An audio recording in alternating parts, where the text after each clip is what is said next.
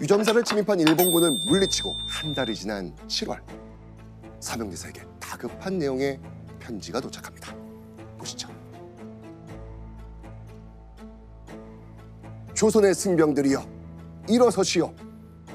조국이 살아남을지 아니할지 모두가 이 싸움에 달려 있어.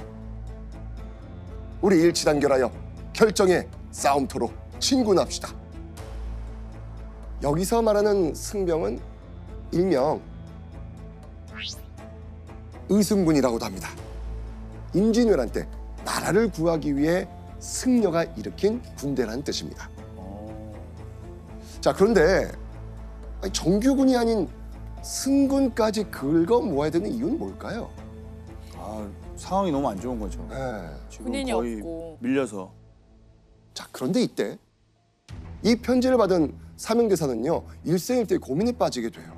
왜였을까요? 왜냐면 응. 살생하면 안 되거든요. 그렇죠, 맞아요. 생명을 중시하는 불교의 가장 중요한 계율, 살생 금지를 어겨야 했던 겁니다. 그런데 이 사명대사가 쉽사리 결정을 내릴 수 없었던 이유가 또 있었습니다. 바로 이 편지를 보낸 사람 때문인데요. 승려들에게 칼을 들고 전쟁터로 나가자고 편지를 쓴 인물, 이 대체 누굴까요? 편지를 보냈다? 설마 서산대사요?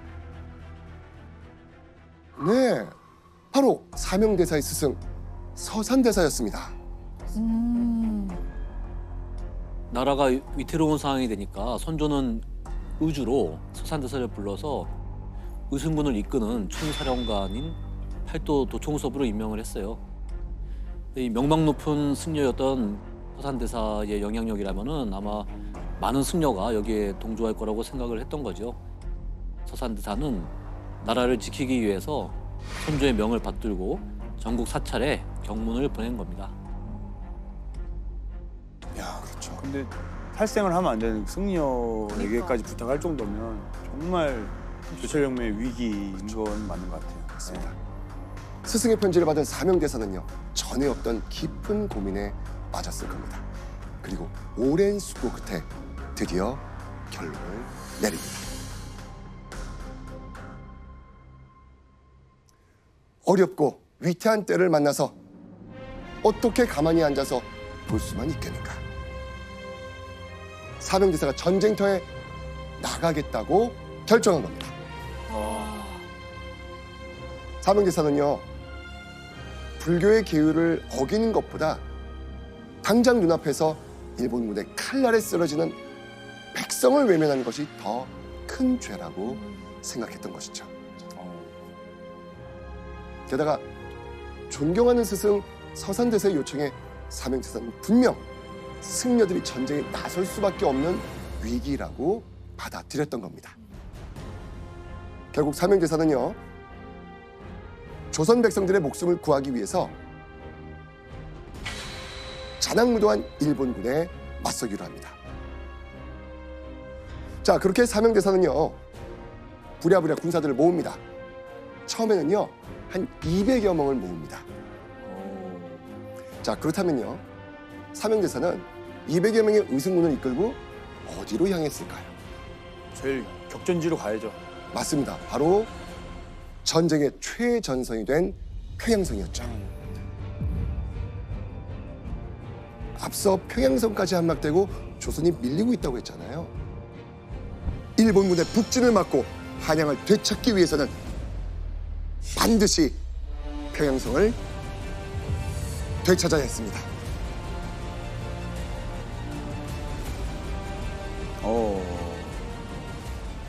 그런데요, 출발할 때 200여 명이었던 사명대사의 의승군. 자, 과연 평양성에 도착했을 땐 몇 명이었을까요? 200이 200이 아니에요? 싸우기도 하나요? 놀랍게도 의승군의 숫자는 무려 1000여 명. 왜지? 바로 평양성으로 오던 중에 사명대사와 뜻을 같이 하는 승려들이 의승군으로 합류한 겁니다. 자, 이렇게 천여 명의 의승군과 함께 평양성에 도착한 사명대사. 이때 반가운 인물이 평양성 앞에서 그를 맞이합니다. 누구겠습니까? 그 군인들을 불러 모은 사람. 누구? 서산대사. 맞습니다. 같이 모였구나.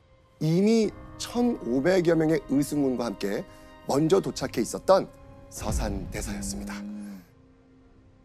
그런데 서산대사는요, 사명대사가 도착한 지 얼마 되지 않아서 생각지 못한 부탁을 사명대사에게 합니다. 어떤 부탁이었을 것 같아요? 서산대사가 사명대사에게 한 부탁. 200명에서 1000명까지 모았으니까 이제는 리더를 하라고 부탁했을 것 같아요. 그 군대 리더를? 네. 바로 전투에 참여하는 의승군 전체를 직접 이끌어달라고 한 겁니다. 자, 그러면 서산대사는 왜 갑자기 이런 부탁을 했을까요? 이때 서산대사의 나이가 73세였어요. 그러면 어렵죠. 당시 서산대사는요, 직접 전쟁터를 누비며 싸우기엔 나이가 좀 많았던 겁니다. 반면 사명대사의 나이는 49살. 서산대사는요, 사명대사에게 자신의 목까지 더 힘껏 싸워달라고 부탁합니다. 결국 사명대사는 서산대사의 뜻대로 의승군 대장으로서 2,500여 명의 의승군을 통솔하게 됩니다.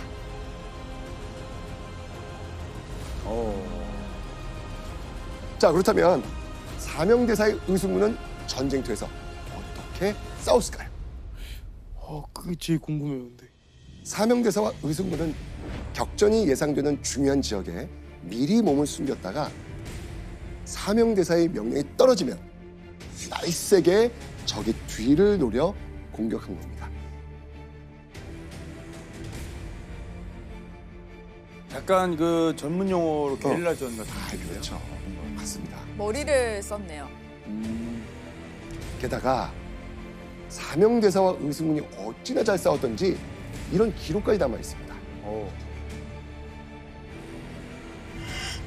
평양에서 외병을 크게 물리치고 2,000급을 베었다. 와. 그러니까 사명대사가 이끄는 의승군이 일본군을 상대로 큰 활약을 펼친 겁니다. 그리고 일본군이 더 이상 북상하지 못하게 철통같이 가로막고 있었죠. 대단하다. 예, 보통 승려들이 하나에 이제 오르고 내리면서 체력 다운이 돼 있었을 테고요. 전국을 다니면서 수행을 하다 보니까 지리에도 밟고 빠른 이동이 가능했어요. 그래서 당시에 승려들이 축지법을 쓴다. 뭐 이런 말도 나올 정도인데 특히 이제 승려이다 보니까 이 생사에 대한 그런 집착이 아무래도 덜했겠죠. 예. 야, 자, 그런데요. 평양성에서 벌어지던 전투가 거짓말처럼 뚝 멈추는 일이 벌어집니다. 대체 무슨 일일까요? 바로 1592년 12월 명나라에서 4만 명의 지원군을 보내준 거예요.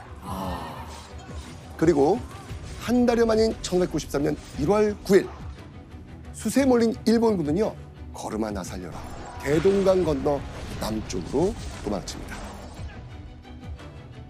무려 7개월 만에 명나라와 조선관군, 의승군은 힘을 합쳐서 평양성 탈환에 성공한 것이죠. 와. 엄청나죠? 네. 자, 이후 사명대사는요, 의승군을 이끌고요, 서울 북쪽의 노원, 서쪽 횡주산성 등을 누비면서 여러 전투에서 활약을 합니다. 그리고 1993년 4월 조선군은 드디어 수도 한양을 되찾을 수 있었습니다.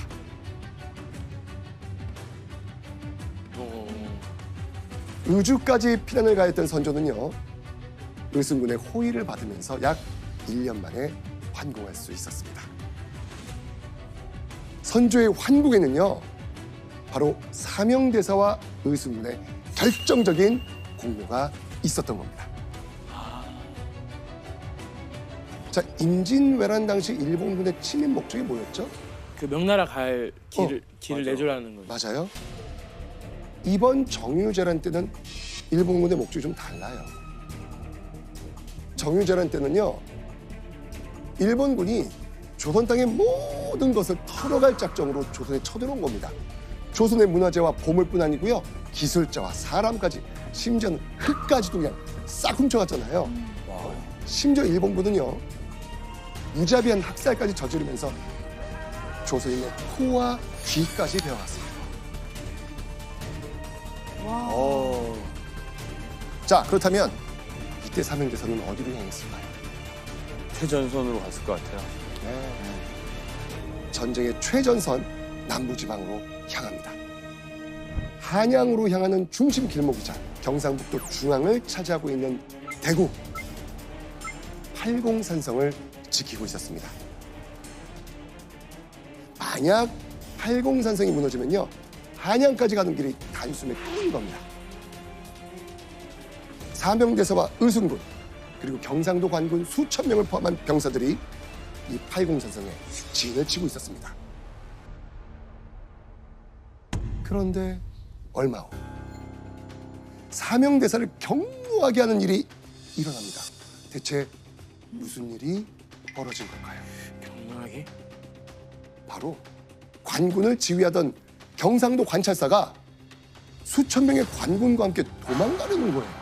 아, 네, 도망을? 네. 당시 일본군의 맹공에 조선군이 연이어 패배했다는 소식을 듣고요, 지레 겁을 먹고 도망가려 했던 겁니다.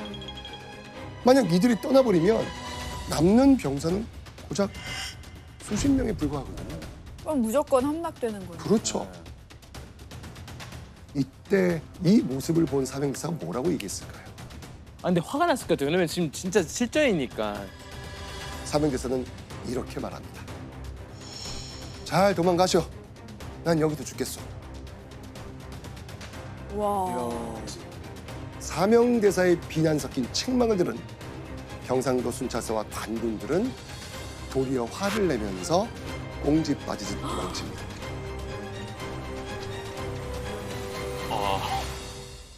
게다가 이런 와중에 수백 명의 일본군이 팔공산으로 쳐들어온 거예요.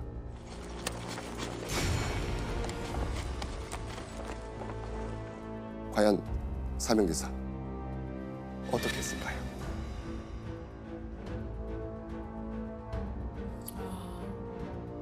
먼저 사명대사와 남아있는 군사들은요, 남은 무기를 챙겨가지고 팔공산 절벽 위로 올라갑니다. 수적으로 열세했던 사명대사는요, 팔공산의 독특한 지형을 전투에 이용하려 했던 것이죠. 그런데 조선군이 산을 오르는 모습을 일본군이 본 거예요. 일본군은요, 조선군의 수가 적은 걸 눈치채고요, 뒤따라 산을 기어오르기 시작합니다. 쫓아간 거죠. 네. 자, 절체절명의 위기에 몰린 사명대사. 이 전투는 어떻게 되었을까요? 숫자가 많이 없는데. 보시죠. 모두가 힘을 다하여 죽기로 싸우고 화살이 없어지자 큰 돌을 굴러내렸다. 팔공산은요, 돌과 바위가 많았거든요. 사명대사가 산 위에 있던 큰 바위를 산 아래로 떨어뜨리면서 일본군과 맞서 싸운 겁니다. 와. 사명대사와 의순군은 이 지형을 이용해서 죽기 살기로 일본군을 향해 공격했습니다. 자, 산을 기어오르던 일본군은 어떻게 됐을까요? 결국 떨어지는 돌에 속수무책으로 당할 수밖에 없었습니다. 그리고 그 길로는요, 팔공산성 포기해요. 그리 도망칩니다. 위기에 몰린 팔공산성을 사명대사와 남은 군인들이 지켜낸 겁니다. 그런데요, 당시 사명대사가요, 전투에서 썼던 물건이 지금도 남아 있습니다. 그 당시에 썼던 물건이 남아있어요. 자, 한번 보시죠. 아, 바로 사명대사의 투구와 칼입니다. 칼.